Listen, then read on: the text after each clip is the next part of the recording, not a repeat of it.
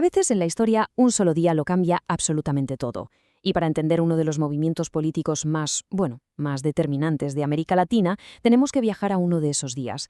No hablamos de un proceso lento. No, hablamos de una explosión. Vamos a meternos de lleno en el 17 de octubre de 1945, el día que nació el peronismo. A ver, situémonos. Estamos en Buenos Aires, una ciudad que se miraba en el espejo de París, de Europa, y de repente, de la nada, sus calles se llenan de una marea de gente que nunca antes se había visto allí. El escritor Raúl Scalabrini Ortiz lo clavó con esa frase. Era el subsuelo de la patria sublevado. Es que no eran los de siempre, ¿saben? Era algo distinto, algo que venía de las entrañas del país y que emergía con una fuerza, imparable. Y claro, la pregunta del millón es: ¿quién era toda esta gente? ¿Qué demonios los trajo hasta allí? ¿Qué hizo que cientos de miles de obreros, de gente del campo, de migrantes, tomaran el corazón de la capital y hablaran con una sola voz? Para encontrar la respuesta hay que irse un poco para atrás. Y es que aquel día no fue una simple manifestación. No, fue mucho más. Fue un antes y un después. La irrupción de un jugador que nadie había invitado a la partida.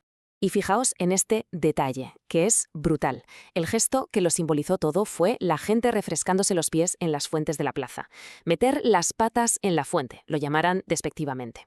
Para la élite porteña, aquello era un sacrilegio, una barbaridad, profanar sus fuentes. Pero para esa gente era un grito, era decir, oigan, que esta ciudad tan europea y tan elegante también es nuestra. Eran ellos, la gente con la piel quemada por el sol y la ropa de trabajo, tomando posesión de un lugar que siempre les había cerrado la puerta. Claro. Para entender una explosión así, primero hay que entender la olla a presión que se estaba cociendo debajo. Porque esto no salió de la nada, para nada. Fue la consecuencia de más de 10 años de una crisis en todos los frentes: político, económico y sobre todo social. Solo hay que ver la cronología. Un golpe de Estado en 1930 para empezar, luego elecciones que eran un puro paripé, lo que llamaron fraude patriótico, la economía entregada a los británicos y para rematar otro golpe en el 43. O sea, la democracia era una broma de mal gusto, el país estaba vendido y a la gente nadie le preguntaba nada. El cóctel era explosivo.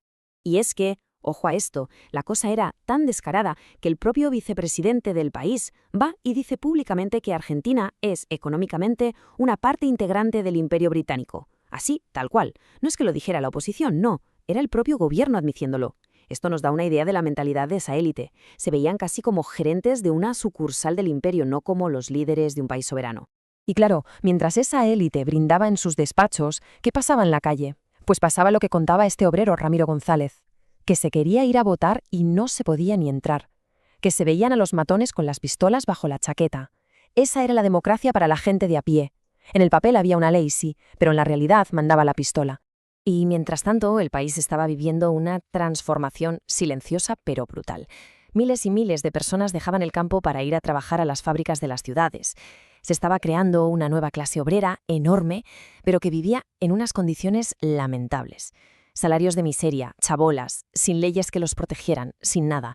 Estaban levantando la Argentina industrial con sus manos, pero el sistema les daba la espalda por completo. Y este testimonio de un joven trabajador, Lautaro Ferlini, lo resume todo. No era solo pobreza, era sentirse un extranjero en la propia ciudad, que la policía te tratara como a un animal.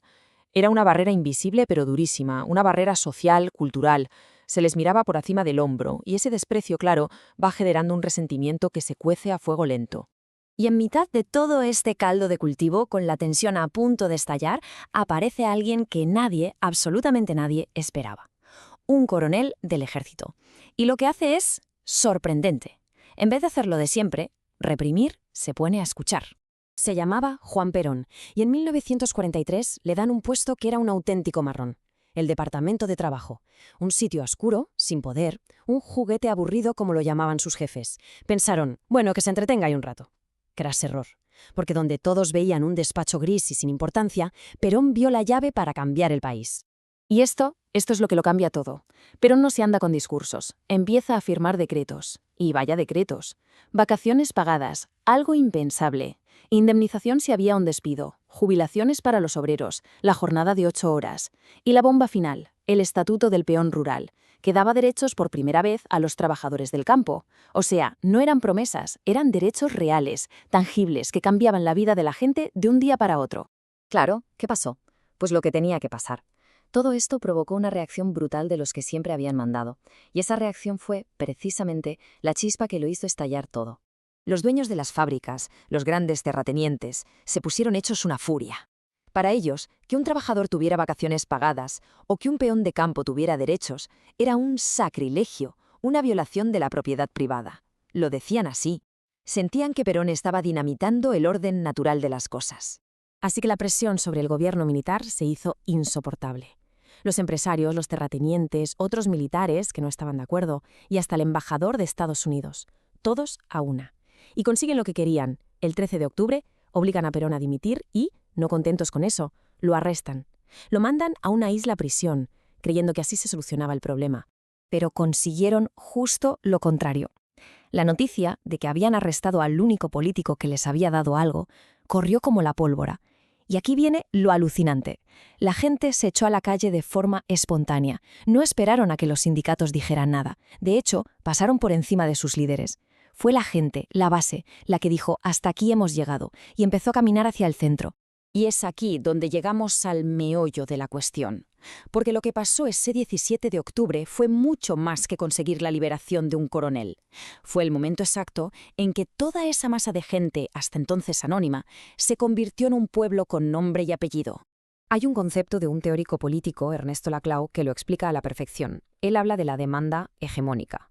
Suena un poco técnico, pero es muy simple. Es ese momento en que un montón de problemas distintos, el sueldo bajo, la casa mala, que te humillen, de repente se juntan todos y se canalizan en una única petición, en un solo grito. Pensemos en cómo funciona. Es como una receta. Primero, tienes un montón de ingredientes sueltos. La gente está harta por los salarios, por la vivienda, por el fraude. Segundo paso, identificas a un culpable de todo eso, un enemigo común, en este caso, la oligarquía. Y el tercer y último paso, todas esas quejas se condensan en un único símbolo. La petición «Liberen a Perón» no era solo sobre Perón. Era una forma de decir «queremos dignidad» y «queremos justicia». Era todo en uno. Esto desembocó directamente en las elecciones del año siguiente. Y la campaña se resumió en un eslogan que es sencillamente genial. ¿Braden o Perón? Así de simple. Braden era el embajador de Estados Unidos que se había metido hasta el cuello en contra de Perón. Así que se convirtió en el símbolo de todo lo viejo, la élite, la sumisión al extranjero, y Perón, claro, era lo contrario.